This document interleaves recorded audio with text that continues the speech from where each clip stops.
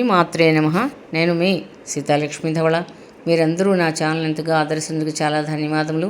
శివనామస్మరణ చేస్తే ఎలాంటి ఫలితం కలుగుతుందో అనేది ఇందులో అందరం మనం చేసినా ఎంత ఫలితం కలుగుతుందో అనేది ఈ కథ ద్వారా మనందరం తెలుసుకుందాం. ఓం నమ శివాయ్.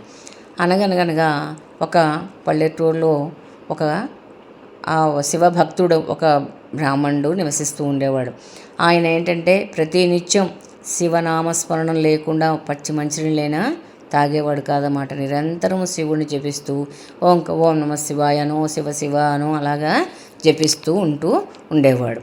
అలా ఉంటే అతను చిన్న కొంచెం వ్యవసాయం ఏదో ఉంటే ఆ వ్యవసాయం భూమి సాగు చేసుకునే వాళ్ళు ఇచ్చిన ఏదో తృణమో ప్రణమో దాంతోనేమో కుటుంబ పోషణ చేసుకుంటూ ఉండేవాడు. అయితే నిత్యం అనుష్ఠానం నమకచమకాలతోనూ గాయత్రి మంత్రోపదేశంతోనూ అలాగా ఆ స్తోత్రంతోనూ ఆ శివుడికి అలా చేయడం వల్ల అది ఒక మహా తపస్సు అయిపోయింది అతనికి. అయితే తన పెరట్లో ఉన్న రకరకాలైన పువ్వులు, మారేడు దళాలు అన్నీ తెచ్చి ఆ స్తోత్రంతో పూజ చేసి చక్కగా అలంకరించి శివుడిని అలా చూసి ఆనందిస్తూ ఉండేవాడు.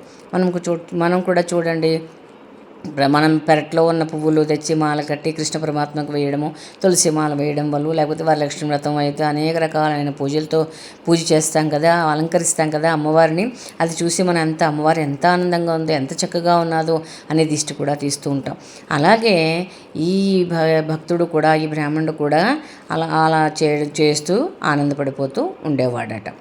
అలాగా ఈ రోజు ఆ వీధిలోంచి వెళ్తున్న ఒక గొర్రెల కాపరి అవన్నీ చూస్తూ, ఆహా, ఈయన ఎంతలాగా చక్కగా పూజ చేస్తున్నాడు, నాకు మంత్రాలు రావు, నాకు చేయడానికి తీరిక లేదు, ఆ వారిలాగా నేను అనుష్ఠానం కూడా చేయలేను, కానీ ఎలాగోలాగా ఏదో ఒక రూపంలోని నేను ఆయన చేసే పూజలో పంచుకోవాలి అని అనుకుంటుంటూ తను వెళ్ళిన దగ్గర బోల్డు రకరకాలైన పువ్వులుంటే మారేడు దళాలు, పువ్వులు అవన్నీ తెచ్చి ఆ స్వామికి, ఈ బ్రాహ్మణుడి ఇంటికి వచ్చి పిలుస్తాడు, స్వామి స్వామి అని.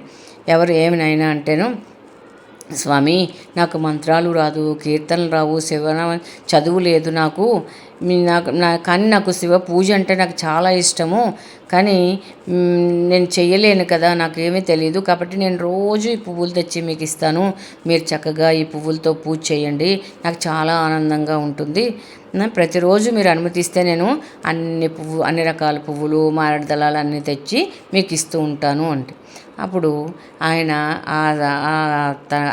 గొర్రెల కాపరి మొహంలో ఉన్న నిర్మలమైన భక్తి, శ్రద్ధ అవి చూసి, సరేలే చక్కగా అతను కూడా విభూతి పెట్టుకుని స్వచ్ఛంగా ఉన్నట్ట. సరేలే రోజు పట్టుకురా, నేను అలాగే పూజ చేస్తాను అన్న. పాపం ఈతను నిజంగా శివుడే వరం ఇచ్చినంత పొంగిపోయి ప్రతిరోజు శివనామస్మరణ చేస్తూ శివ శివ శివ శివ, దానికి ఏమీ అక్కర్లేదు కదా మంత్రాలు ఏమీనో, శివ శివ శివ అనుకుంటూ ఆ పువ్వులన్నీ తెచ్చి ఈ బ్రాహ్మణుడికి ఇచ్చి ఆ పూజ అంతా ఎలాగ పూజ చేస్తున్నాడు అని కిటికీలోంచి రోజు చూస్తూ ఉండేవాట. చూస్తూ ఉంటే ఇలాగా కొంతకాలం వచ్చింది. ఎప్పటికైనా తప్పదు కదా అవసాన దశ. అలాగా అప్పుడు ఆ అవసాన దశ వచ్చేటప్పటికి అతను మహాశివభక్తుడు కదా, శివనామస్మరణతో ప్రతినిత్యం నామస్మరణ చేస్తూ ఉండడం వల్ల చేసే శివ పూజలు భక్తిగా పూలు సమర్పించేవాడు.